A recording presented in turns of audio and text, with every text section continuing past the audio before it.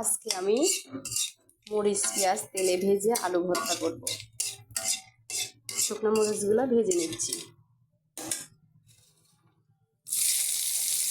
পেঁয়াজটাও ভেজে নেব।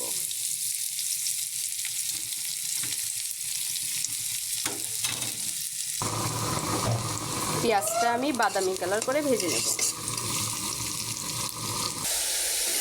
পেঁয়াজটা আমার হালকা বাদামি কালার হয়ে গেছে, এখন আমি উঠাই নেব।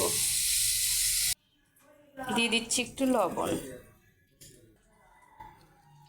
আর দিচ্ছি সরিষার তেল।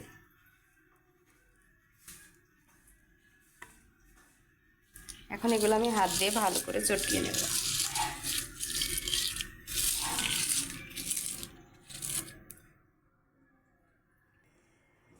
ভর্তাটা চটকানো হয়ে গেল, এখন আলুটা চটকিয়ে নেব।